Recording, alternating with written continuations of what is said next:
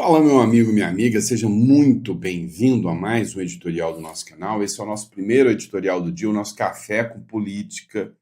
Talvez você se perguntou, nossa, mas que escuridão é esse? Será que acabou a energia? Sim, acabou a energia. Ué, mas se acabou a energia, como é que ele está gravando? Pois é, tem um no break aqui, que está segurando a internet e está segurando, por enquanto, né, a energia. Então, bora para cima. No escuro ou sem escuro, tô só com a luz aqui do dia aqui entrando pela janela e vamos para cima porque tem muita coisa acontecendo. Vem para a tela do nosso aplicativo e a gente precisa falar de muita coisa. A Michelle Bolsonaro assustou a esquerda, pode ter certeza disso. Não esperava que ela já faria esse anúncio por agora. Só que chamou atenção, porque esse anúncio da Michelle Bolsonaro veio num momento em que eles acabaram de anunciar a vontade do Bolsonaro para o outro lado. Isso chamou muito a atenção. Nós vamos entender tudo isso aqui sobre o projeto da anistia. Eu errei. Eu errei por mas vocês vão entender o porquê. Eu disse para vocês que sobre o projeto da anistia era o seguinte: eles iam reduzir 10 anos para todo mundo. Quem tinha pego 14 anos, como a Débora do Batom, ia cair para 4, já cumpriu a maior parte da pena e ia embora para casa. Quem foi condenado a 17 anos, ia cair para 7, já cumpriu mais de um terço da pena e ia embora para casa. Quem foi condenado a 27, ia cair para 17, ia continuar na cadeia por mais um tempo, ou seja, o Bolsonaro. Pois é, eu errei nisso aí um pouquinho. E vocês vão entender o porquê. Então, não esquece de se inscrever no canal, curtir, compartilhar, é muito importante o seu apoio. E a gente vai direto para a matéria agora com vocês. Bora para cima, vem comigo. A jornal britânico, Michelle Bolsonaro cogita disputar as eleições de 2026. Pois é, o anúncio da Michelle Bolsonaro, de certa forma, deixou muita gente da esquerda no modo desespero. A ex-primeira-dama Michelle Bolsonaro prometeu erguer-se como uma leoa, enquanto o marido, o ex-presidente Jair Bolsonaro, estiver preso. Condenado pelo Supremo Tribunal Federal a mais de 27 anos, a pena privativa de liberdade por tentativa de golpe de Estado, Bolsonaro cumpre prisão domiciliar até o esgotamento dos recursos da corte. Depois, a previsão é que ele vá para Papuda, né, se depender do Alexandre de Moraes. Mas lembre-se, o Bolsonaro foi o único, até agora, condenado a mais de 27 anos. A ex-primeira-dama afirmou estar focada em cuidar das filhas e do marido, mas não descartou uma candidatura nas eleições de 2026. Michelle é cotada para concorrer ao Palácio do Planalto, ou ao Senado, pelo Distrito Federal. Em julho, ela transferiu o título eleitoral para a capital federal. Hoje, a Globo repercutiu essa candidatura da Michelle Bolsonaro. Acompanhe aqui comigo. Então tá aqui, ó. Me levantarei como uma leoa para defender os nossos valores conservadores, a verdade e a justiça. Se, para cumprir a vontade de Deus, for necessário assumir uma candidatura política, estarei pronta para fazer o que ele me pedir. Aspas aqui da ex-primeira-dama Michelle Bolsonaro nessa entrevista ao jornal britânico Telegraph. Eu tenho uma apuração de bastidor, a gente vem falando muito da composição da chapa. É claro que esse recado aqui, eles podem dizer que é para o Senado, não é Senado isso aqui. Ninguém anuncia que vai ser desse jeito, que vai ser candidato ao Senado. Isso aqui é chapa presidencial. E é uma apuração que a gente vem contando aqui há muito tempo, que é: família Bolsonaro não abre mão de fazer uma indicação para a chapa presidencial, mesmo se não for nessa composição a cabeça de chapa, liderando, né? Então seria para a vaga de vice. Bolsonaro quer influenciar essa composição, mesmo que eles consigam, o Centrão, fazer a indicação de Tarcísio de Freitas. Centrão está pressionando há muito tempo para que Bolsonaro antecipe essa indicação, já aponte o nome, para que eles consigam fazer a construção, trabalhar a construção dessa candidatura, e o nome que eles preferem é o nome do governador Tarcísio de Freitas. A família Bolsonaro queria um Bolsonaro na cabeça de chapa. Como está vendo que não vai ter chance, quer indicar a vice. E aí, da família Bolsonaro, você tem Jair Bolsonaro, que está inelegível, Eduardo Bolsonaro, que está lá fora, e se voltar, já está enfrentando problemas com a justiça, e vai ter todo esse processo lá no Supremo que deve levar o Eduardo Bolsonaro vai ficar inelegível também. E aí você tem Flávio Bolsonaro e Michele Bolsonaro. Michele Bolsonaro, nas pesquisas do PL, pontua melhor. Essa informação é do próprio PL. Então, é isso que está se desenhando, Merval. Seria para a família Bolsonaro uma chapa Tarcísio e Michele na vice. Uma chapa que ganha fácil. E sim, né, segundo informações, né, da Andresa Matais, o Bolsonaro fechou apoio ao Tarcísio para a eleição presidencial. Enfim, como vai ficar o roteiro daqui para frente, ninguém sabe. Mas foi feito um acordo, nas palavras da mídia, né, isso aqui não é oficial, ninguém viu da boca do Bolsonaro, até porque não pode aparecer em nenhum meio de comunicação para afirmar isso. Mas o ex-presidente Jair Bolsonaro deu aval para o governador de São Paulo, Tarcísio de Freitas, do Republicanos, a disputar as eleições presidenciais com o seu apoio. O acordo foi costurado com os líderes do PP e do União Brasil. A dúvida agora é quando a decisão será anunciada. A coluna apurou que há um racha em relação ao calendário. Um grupo defende esperar até dezembro ou janeiro, sob o argumento de que isso livraria Tarcísio de ser acusado pelos eleitores de usar o governo de São Paulo como trampolim para o Planalto, né? Olha, o que a gente tem hoje, né, em relação ao Tarcísio de Freitas, em relação a Michele Bolsonaro, em relação a essa disputa? O Ciro Nogueira, do Centrão, ele quer a vice-presidência. Porém, agora com a Michele se colocando à disposição, meio que jogou um balde de areia aí, porque entre Ciro Nogueira e Michele, a chance de vitória da chapa Tarcísio e Michele é muito maior do que Tarcísio e Ciro Nogueira. Agora, o ponto aqui central é uma candidatura de Tarcísio com Michele Bolsonaro, e o Eduardo Bolsonaro já tinha avisado, com ou sem o aval do pai, com Tarcísio ou sem Tarcísio, o Eduardo Bolsonaro seria o candidato a presidente. Agora, ele não contava que a Michele Bolsonaro poderia ser a candidata a vice.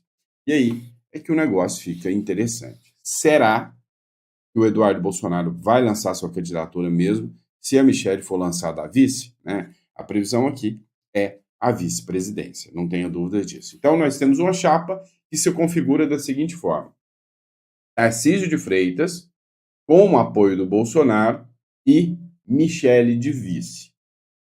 Do outro lado, nós temos Eduardo Bolsonaro sem o apoio do Eduardo, do pai, né, do Bolsonaro, mas talvez com o Zema de vice. E aí, nessa chapa, quem você vota? Você viu que você nunca de bico, hein? Quem você vota? Coloca no comentário que eu quero saber, né? Qual seria a sua opção, tá? E a gente vai falar no próximo bloco agora de anistia, tá bom? Então bora pra cima. Vamos lá, pessoal. Eu errei. Errei por mas por tá? Eu disse que o projeto do Paulinho da Força seria o seguinte: eles teriam uma redução de pena, não uma anistia, uma redução de pena para 10 anos. Eu disse que eles iriam fazer isso, por quê? Mandando todo mundo que está preso do 8 de janeiro para casa, mas sem tirar a condenação deles, deixando todo mundo inelegível, tá bonito na fita. E ainda manteriam o Bolsonaro preso. Foi exatamente isso que eu alertei. Então, presta atenção. O Bolsonaro, que pegou 27 anos, cairia para 17, e aí, né, o Bolsonaro teria que cumprir um sexta pena para pedir progressão de regime, né? Mas ficaria preso, condenado, inelegível. E os presos do 8 de janeiro, todo mundo que já cumpriu mais do que deveria com a redução, iria embora para casa, mas continuaria condenado e inelegível. Era isso que eles queriam. E eu errei. Errei por Não serão 10 anos. Serão 11 anos. Ai, que coisa boa, né? Um aninho a mais, né? Pois é, eu digo. O jogo não está tão difícil de ser previsto, mas não, pessoal. O jogo está bem simples de ser previsto. 11 anos. Para acontecer exatamente o que eu falei. Escuta aqui, né? Matéria da Globo News. O PL da dosimetria pode reduzir pena de Bolsonaro em 11 anos. E relator diz que isso vai pacificar o país. É um pouco isso, ou seja, reduz as penas, manda essa turma para casa e, do meu ponto de vista, pacifica o país. Se alguém me perguntar, reduz o Bolsonaro? Reduz também. Você viu o que ele falou? Não, é simples. A gente manda essa turma embora para casa e pacifica o país. A injustiça vai ficar, viu? O Brasil é o país da impunidade, o país da injustiça, o país da corrupção, é um país imoral. Dá para eu fazer um relatório e tirar alguém do relatório. Então, é uma coisa. É lógico que quem estava em posição de mando e de financiadores terá uma pena maior. Pois é. É lógico que quem está em posição de mando e de financiador terá uma pena maior. Mas eu queria, né, que você escutasse isso aqui. Ó. Esse é o Polon. Esse é deputado federal. Ele falou uma coisinha sobre essa questão da redução da pena. Ele, que é professor de direito penal, presta atenção. Reduz a pena do lucro central ainda. Reduz igual para todo mundo. Né? Essa redução. Relator, embora eu não concorde com a posição de Vossa Excelência, eu entendo. Aqui nessa casa funciona assim, você vê numa ponta o PT que quer deixar todo mundo na cadeia e Vossa Excelência acredita que nós queremos anistia. O primeiro erro está aí. Nós não queremos anistia. Nós toleramos a anistia ampla, geral e restrita porque é o único remédio jurídico para sanar esse absurdo. Eu poderia elencar para o senhor quais os princípios de direito penal, processual penal, direito constitucional que foram lesados. Eu sou professor disso há mais de 20 anos. No entanto, a gente iria até amanhã. Eu desafio qualquer jurista do Brasil, citar sequer um que não foi desrespeitado, a começar do promotor natural. Agora, como nós vamos aceitar a diminuição da pena, chame-se lá do que quiser, se o Supremo sequer observou os princípios de direito penal, processual penal e constitucional vigentes, como a Bia citou, da consunção, da absorção, um ato implicou em uma dezena de crimes. Isso não acontece nem para traficante, nem para latrocida, nem para homicida. Como efeitos sequer apontados para um indivíduo não foram observados, não há individualização da conduta. Tem sujeitos condenados a mais de 14 anos porque fizeram um vídeo do gramado. Não houve, fulano quebrou um microfone, Beltrano quebrou uma vidraça. Os processos são terrivelmente nulos e eu não estou entrando nem na fraude que o Tagliaferro aponta. Estou apontando apenas requisitos formais. Então não pense, Vossa Excelência, que a anistia é o ápice do que nós queremos. A anistia é um desrespeito em relação à ordem constitucional. A anistia é o reconhecimento de que essas pessoas, em tese, teriam cometido algum delito, mas não cometeram. Houveram uns e outros que quebraram isso ou aquilo. Individualize. O Supremo tem câmeras. O direito processual penal e a persecução penal impõem que o Estado demonstre sem equívoco alguma culpa, pois senão não haverá Estado de Direito. Ou nós barramos esse desrespeito ao devido processo legal, ou nós estaremos assassinando o Estado de Direito. Vossa Excelência entenda que a anistia é sim o mínimo aceitável dentro desse processo e não existe outra que não a ampla, geral e restrita. Isso é apenas uma redundância. A anistia é o mínimo do aceitável para, no mínimo, chamar isso aqui de democracia. Para, no mínimo, chamar isso aqui de democracia. Veja que o Polon citou aqui o Eduardo Tagliaferro. Olha só, denúncia grave. O ex-assessor de Moraes denuncia um censor da direita trabalhando com o Haddad. O Google admitiu ontem que o governo Biden fez pedidos para que o YouTube censurasse canais e perfis. Agora, descobriu-se que aqui no Brasil aconteceu a mesma coisa. Eu fiquei 2 meses desmonetizado, vocês sabem disso. Por quê? Eu não sei, até hoje, não tenho noção. Agora, uma dessas figuras que trabalhava no YouTube, segundo denúncia do Gaia, tá? É extraoficial aqui, denúncias do Tagliaferro, na verdade, desculpa. Segundo denúncias do Tagliaferro, trabalha com Haddad. Dá uma olhada nisso aqui. O Tagliaferro perito criminal, ex-assessor do ministro Alexandre de Moraes, que falou nesta quarta-feira à subcomissão especial sobre combate à censura da Câmara dos Deputados. O talha-ferro que trabalhava com o ministro Moraes no Tribunal Superior Eleitoral revelou que um ex-diretor de uma rede social, responsável por remover perfis de direita a mando do TSE, é atualmente secretário de Fernando Haddad. Essa semana nós tivemos uma nota publicada pelo Google nos Estados Unidos, dizendo que o Biden havia ameaçado, o governo Biden, né, a administração Biden, ameaçava diariamente Meta, Google, para derrubar perfis de produtores de conteúdo de direita e conservadores, e sem uma explicação jurídica, sem embasamento algum. Isso acontecia no Brasil? Essa estrutura da censura chegou a ameaçar as big techs, as redes sociais, para derrubar ou para diminuir o alcance ou censurar determinadas, ou não só pessoas específicas, mas grupos aqui no Brasil durante o período eleitoral? Isso é do seu conhecimento? Sim, esse pedido, sim, de fato era realizado, era feito, inclusive às vezes em reuniões, que a gente chama talvez de uma comissão dentro do próprio Tribunal Superior Eleitoral. As empresas de rede social, de software de comunicação, como a Meta, Google, Telegram, YouTube, participavam constantemente e sempre era pedido uma certa celeridade. A gente, inclusive, tinha alguns contatos de diretores dessas plataformas, nos quais a gente acabava encaminhando direto o ofício, antes mesmo de ele ter ido via oficial, para que aquele pedido do ministro Alexandre de Moraes fosse realizado um quanto antes possível. Mas eles sim eram ameaçados, inclusive com a derrubada da própria plataforma em todo o território nacional. Você poderia nos fornecer os nomes desses diretores que eram obrigados a derrubar perfis e conteúdo antes mesmo de uma nota oficial, para que a gente possa convidar essas pessoas na CPMI? Eu posso fornecer um envio para vocês por e-mail ou por WhatsApp, porque no momento aqui eu não tenho eles todos aqui. Tudo inclusive, bem, mas... um deles hoje é o secretário executivo do Haddad, né? Que é qual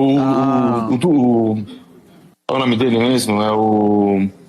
Me deu branco agora. É o secretário executivo do Haddad. Então, me dá um minuto aqui que eu já falo. Só para confirmar aqui, se eu entendi. Um diretor que participou dessa estrutura de censura para derrubar perfis de direita, depois da vitória do candidato deles, conseguiu um cargo no Ministério da Fazenda. Sim, é o Dário Durigan. Dário Durigan. Engraçado, é o próximo nome que eu iria te perguntar. Dário Durigan, que agora está no Ministério da Fazenda, braço direito do Haddad, ajudou a censurar a direita no período da eleição. Super normal isso, pessoal. Super tranquilo. Bom, e Talhaferro também reforçou que o ministro Alexandre de Moraes é criminoso. O Alexandre de Moraes, ele está com essa loucura dele, com essa obsessão. É um psicopata, no qual tudo é atentado violento, né, ao Estado Democrático de Direito, tudo é organização criminosa, mas quem deveria estar respondendo a esses crimes é justamente Alexandre de Moraes. Então eu vou continuar denunciando, me procura, me extradita, mas o meu dever, a minha obrigação é sempre levar a verdade, com o objetivo de que ele seja punido pelos crimes que ele cometeu e que ele ainda continua cometendo. Pois é, né? Só lembrando para vocês, muita gente está falando aqui, mas esse tipo de denúncia é perigosa. Isso aqui é um canal oficial, tá, pessoal? Isso aqui, literalmente, é uma publicação que aconteceu dentro de uma comissão do Congresso Nacional. É aquilo que eles conhecem como Casa do Povo, né? Vamos lá. STF tem placar de 3-2 por quebra de sigilo das buscas da internet. Olha só que mera coincidência. O plenário do Supremo Tribunal Federal retornou nesta quarta-feira a análise do recurso que discute os limites para a quebra de sigilo de usuários da internet, com base em sites de busca. A sessão foi aberta com o voto do ministro Gilmar Mendes, que havia pedido vista no caso. O placar, até o momento, está em 3-2 pela quebra. A Corte julga o recurso extraordinário em que o Google questiona ordem judicial nesse sentido, no âmbito das investigações do assassinato da vereadora Marielle Franco e do motorista Anderson Gomes, em 2018. No seu voto, Gilmar Mendes negou o provimento ao recurso, acompanhando a divergência aberta pelo ministro Alexandre de Moraes. O que o Gilmar Mendes e o Alexandre de Moraes estão definindo aqui? É simples, né? A quebra total das informações e dos sigilos, né, dos dados pessoais das pessoas que têm aí contas, né, nas redes sociais. Pessoal, olha, a perseguição é implacável. Primeira coisa que eles fazem, quando começa a incomodar, é tentar queimar sua reputação. Isso aí já começou a acontecer comigo. Ó, eu já fui processado por um ex-assessor do Alexandre de Moraes. Não é novidade para ninguém, eu já falei para vocês, né? Processado por fake news. Tá? Desmonetizaram meu canal 2 meses. Agora já estão tentando fazer uma queima de reputação. Né? Eu trabalhei muito tempo, né, com questão previdenciária, né? E aí eu falei de um projeto que um aposentado me pediu no canal. Aquelas coisas que eu fico aqui, não, podia apresentar um projeto isso, devia fazer um projeto isso. Eu fazia isso com os aposentados, quem me acompanha há muito tempo sabe. Então, por causa disso, por causa de uma fala minha no YouTube, os caras falam que eu posso ter grandes problemas, né? Eu não vou dar muito spoiler aqui, eu vou esperar o momento certo, porque eu estou vendo aí uma tempestade chegando até mim. Mas fiquem tranquilos, tá bom? É o seguinte, vamos dar continuidade aqui, que os cães ladram, mas a caravana não para, falou o maconheiro do Marcelo D2, né? Mas vamos dar uma continuidade aqui. Bora lá. Ó, Puro Suco de Brasil, vamos falar disso aqui? A gente tem que pôr vinheta para vocês, né? Bora falar sobre isso aqui. É para assustar mesmo o que o Brasil se tornou. Dá uma olhada. É o seguinte, senador flagrado com dinheiro na cueca critica a PEC da blindagem. Vai na contramão da história. Chico Rodrigues afirmou que a legislatura do Congresso ficaria marcada se permitisse a aprovação do projeto. Vem cá, vocês acreditam que a turma da esquerda é agora a defensora de Deus? Não, Deus ainda não, mas eles vão chegar lá. São as defensoras da pátria. Eles são os verdadeiros patriotas. Eles são os donos do Brasil, defensores da pátria, da soberania, contra o ataque yankee mavadão dos imperialistas. Olha só. Você viu isso? Outro ponto também. Agora, né, eles são defensores anticorrupção. É isso aí. Peraí. Os caras tentaram te vender picanha e cervejinha. Não rolou. Agora, eles estão vendendo para você. Eles são patriotas. E eles são contra a corrupção? Ah, mas você vai acreditar nessa? Tá de sacanagem, né? Dá uma olhada. Olha, o Daniel Scott, que fez essa publicação, nem o melhor roteirista do mundo conseguiria escrever o que realmente o Brasil é. Né? Olha só como o mundo gira. De um lado, o Sérgio Moro está prestes a ser julgado e condenado pelo Zanin. Pelo Cristiano Zanin, o ex-advogado do Lula. Seu crime? Fez uma piada dizendo que ia receber um habeas corpus do Gilmar Mendes em uma prisão de festa junina.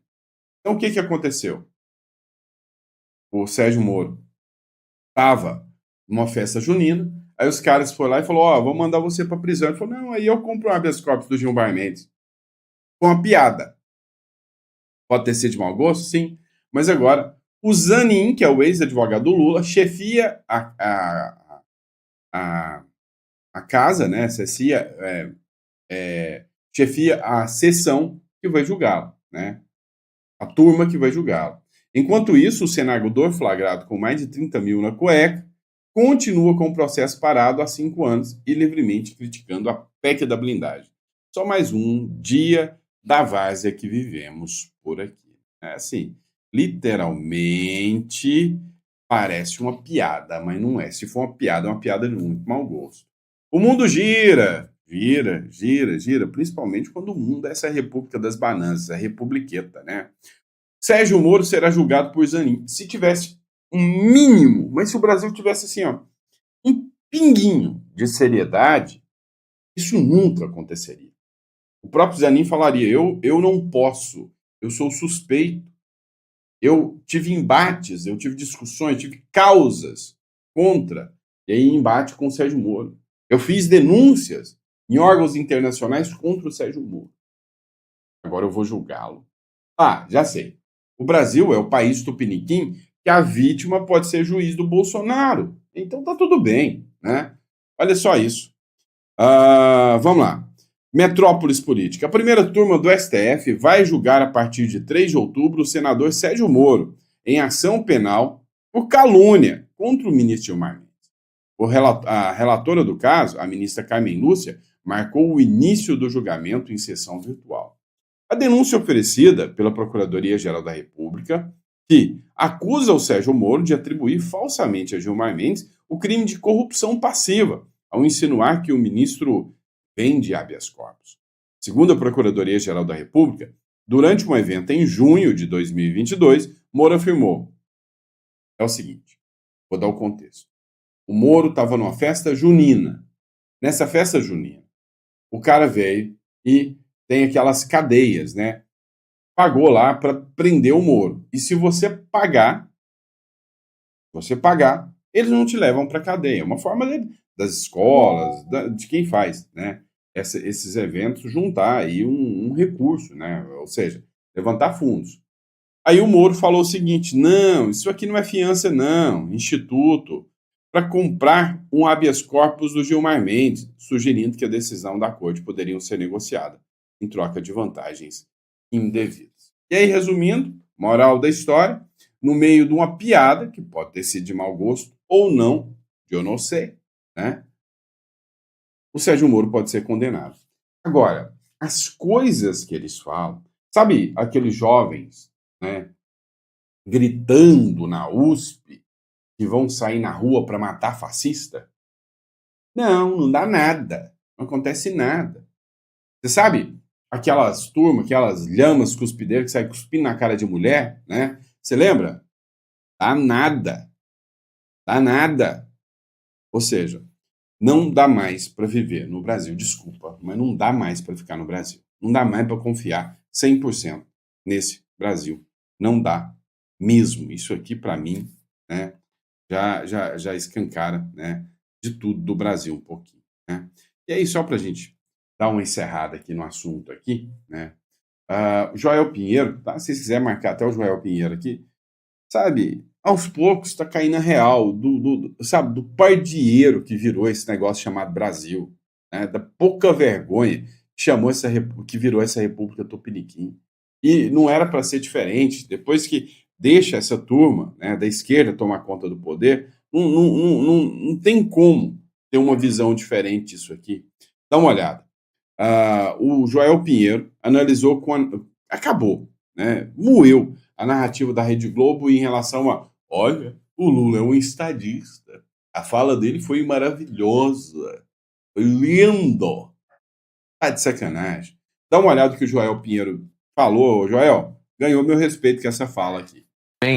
Tem problemas e questionam o avanço dessa extrema-direita ultra-radical. Você, Joel. Pois é, o Lula sobrepôs essas duas perguntas, né? Eu concordo com o Lins que são diferentes, mas às vezes parece que, do ponto de vista do Lula e de quem estava reunido ali, as coisas ficam tão juntas que acabam se misturando, né? Uma é, qual o problema, o que está dando errado com a democracia, por que ela está em risco no mundo, e outra é, por que a esquerda está perdendo espaço. Ou seja, coisas completamente diferentes. A democracia e a esquerda. Eu vou te falar até mais. Essas duas coisas são antagônicas, né? A esquerda não busca a democracia. Fica meio que subentendido que, bom, a esquerda e a democracia meio que caminham juntas. E quando a gente sabe que não é assim, né? Pelo contrário, a esquerda perder eleições, isso pode ser um problema sim para a esquerda, mas para a democracia não é um problema. Pelo contrário, a democracia sólida, uma democracia saudável, a gente espera que todos os lados políticos vão ter a sua chance, a sua vez, e que a alternância de poder vai ser um fato normal ali dentro. Eu acho que o Lula mistura um pouco, e ao dar a resposta, ele mostra isso, né? Porque ele se pergunta, será que às vezes a gente se elege com um discurso mais de esquerda mesmo, e daí acaba fazendo as coisas que os nossos inimigos querem. Ora, qual que é o nome disso na prática que ele está descrevendo? O nome disso é democracia. A democracia em funcionamento é assim. Por quê?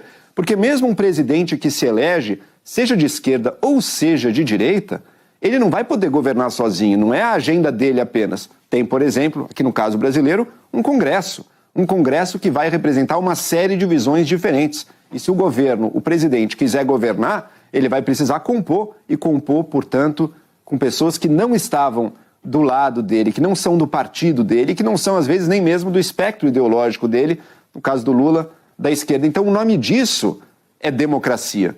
Ele parece entender que a falha da esquerda é que, às vezes, a gente trai nossos ideais puros na hora de governar. Mas, veja, é justamente a democracia que exige isso. Então, o que é problema para a esquerda não necessariamente é o problema da democracia. São dois campos perfeitamente distintos. Uma democracia saudável, ela precisa, sim, de uma esquerda saudável, é claro, mas precisa também da direita. E é sempre importante frisar isso.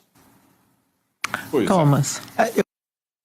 Parece que essa turma não gosta mesmo é de democracia. E é isso, pessoal. Muito obrigado pela confiança, pela credibilidade. Quem acompanhou o nosso editorial aqui, não esquece de compartilhar. Recadinho rápido para você, né? Entre em contato aqui com o número ou na descrição aqui abaixo. Você acha que pode chegar a um nível que você depois não vai ter como resolver mais? Tenha um plano B, tenha uma segunda residência, tenha um lugar, né, que pode ser um porto seguro e uma garantia. E eu recomendo muito o Uruguai. Tá? Então você vai entrar em contato conosco para pedir orientação, vai marcar uma consulta com uma das nossas consultoras especializadas em te atender, e a gente vai fazer questão de te atender e te orientar. É um país com segurança. Você pode ter uma conta bancária fora dessa jurisdição brasileira. Meu irmão, hoje, se você falar algo que é inadequado e os caras resolverem te dar uma multa de 30 milhões, igual a gente já viu aqui no Brasil, o dinheiro está protegido? Você está protegido? Né? É simples assim. Se você resolver participar de uma manifestação e lá naquela manifestação alguém leva uma faixa que é antidemocrática e todo mundo vai preso e você está no meio. E aí? Você está pronto para encarar esse país? Né? Então você tem que ter um plano B. Bom? Obrigado, pessoal. Fiquem com Deus e até o próximo editorial.